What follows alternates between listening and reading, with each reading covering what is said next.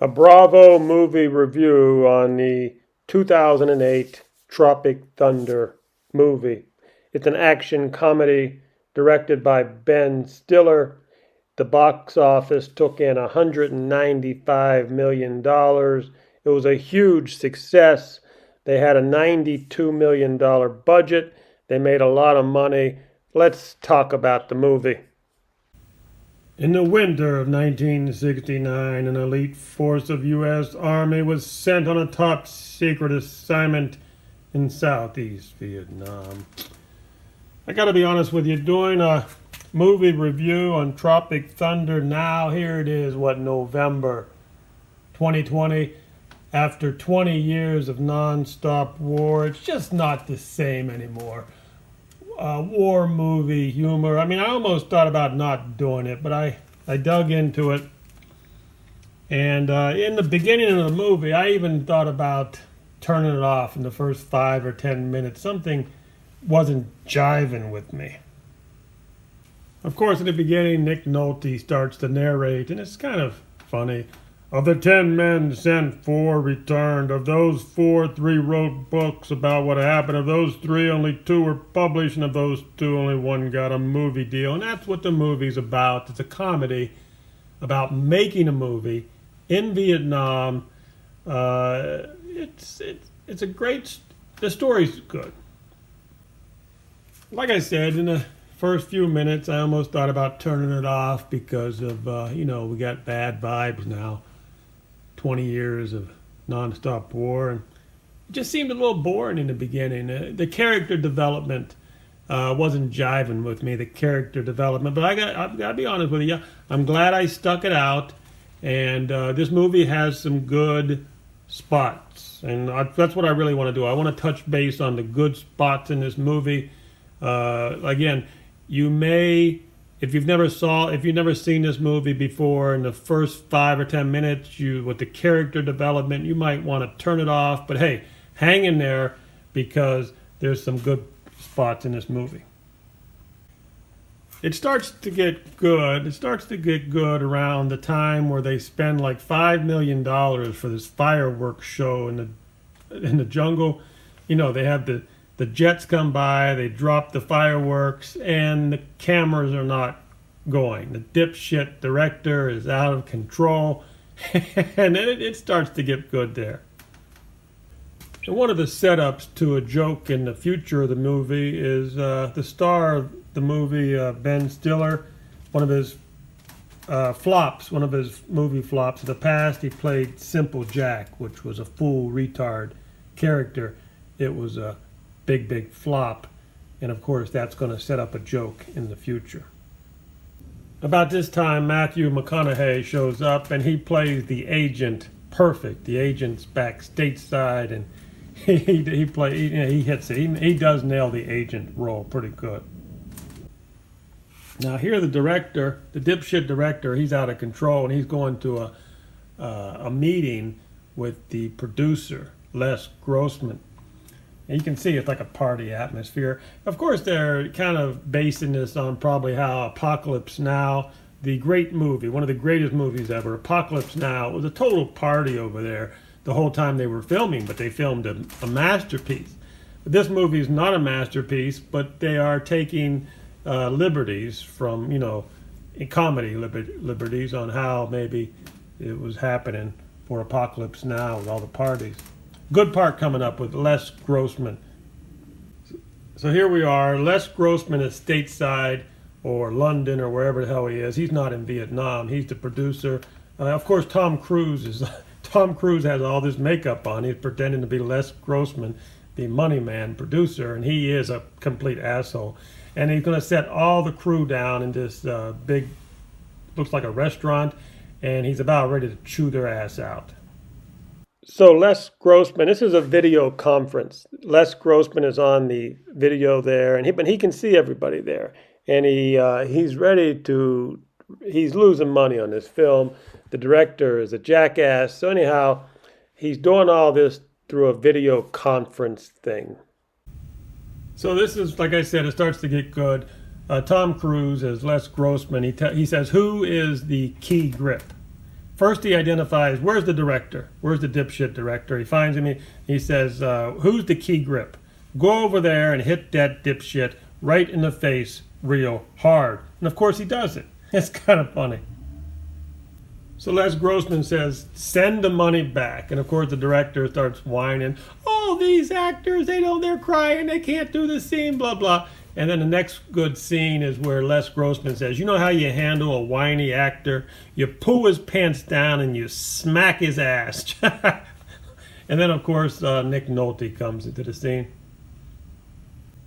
And about this point, I can imagine that Nick Nolte and the whole crew, they were inspired by Marlon Brando and the Apocalypse Now. You know how, with the lighting, I see the light. Nick Nolte is the character who was over in Vietnam. He wrote the book. He obviously lost his hands, but he's trying to grab that Marlon Brando sense of hiding in the dark, rambling on about something. And anyhow, Nick Nolte is the crazy soldier who wrote the book. You are no longer actors in a movie. You are 5 men in a helicopter. Okay, so Nick Nolte comes up with a great idea. He tells the dipshit director, you couldn't find your ass if it was... Anyhow, he says, he got an idea. Nick Nolte says, we're going to take these dipshit actors out of the, the hotel setting. They're going to take him out in the bush. It's going to get real. So the director falls for it. Nick Nolte says, we're going to take these asshole actors out there in the bush, and we're just going to scare the shit out of them. We're going to hide the cameras in the trees. And that's what's happening now. They're going out, and it's going to get real. So they drop them off down there. Nick Nolte and the pyrotechnics technician, they fly the helicopter out of there, and they leave them there. So that's it. The helicopter drops them out in the bush. Black, Jack Black is in the movie, and he has some good scenes. He says, how long are we going to be staying out here? Because I left my vitamins back in the hotel. Nick Nolte, the crazy army guy, says, shut up, maggot. And he drops them off out in the bush.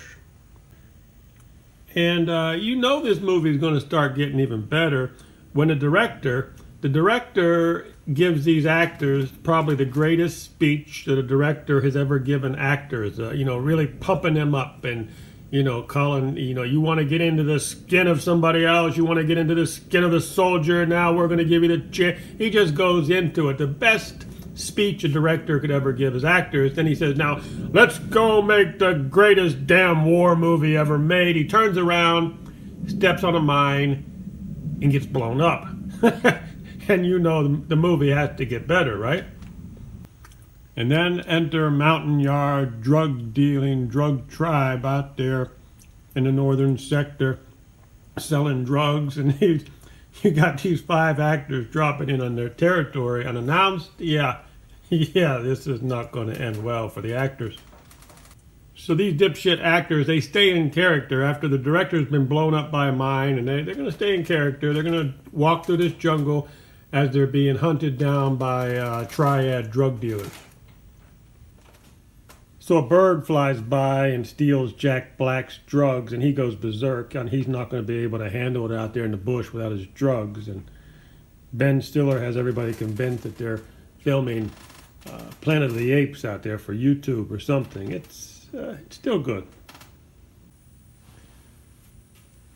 So dumbass Ben Stiller has been caught by the triads, and he's still in character. He comes into the drug camp. He sees they have surveillance cameras up there, and he thinks it's all part of the script. He's playing along, staying in character. He says, bring on the torture scene, and they're going to torture him.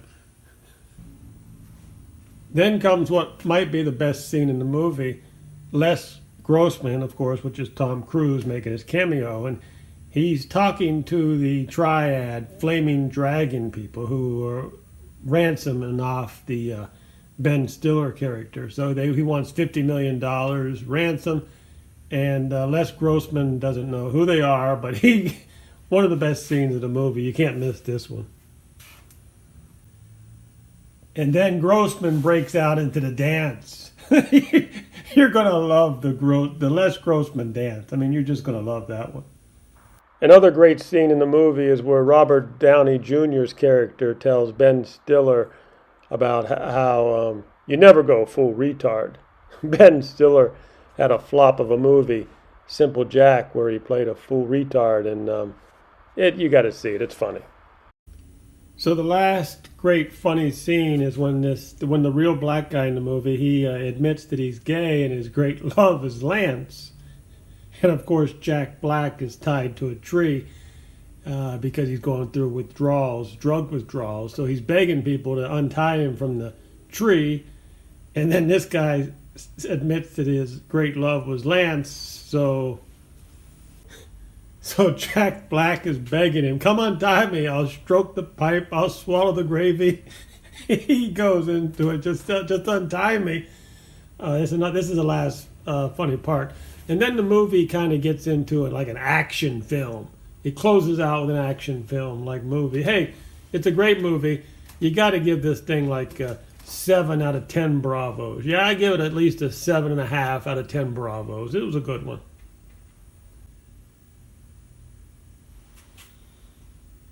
That does it. Les Grossman closes the movie out with one of his great dances.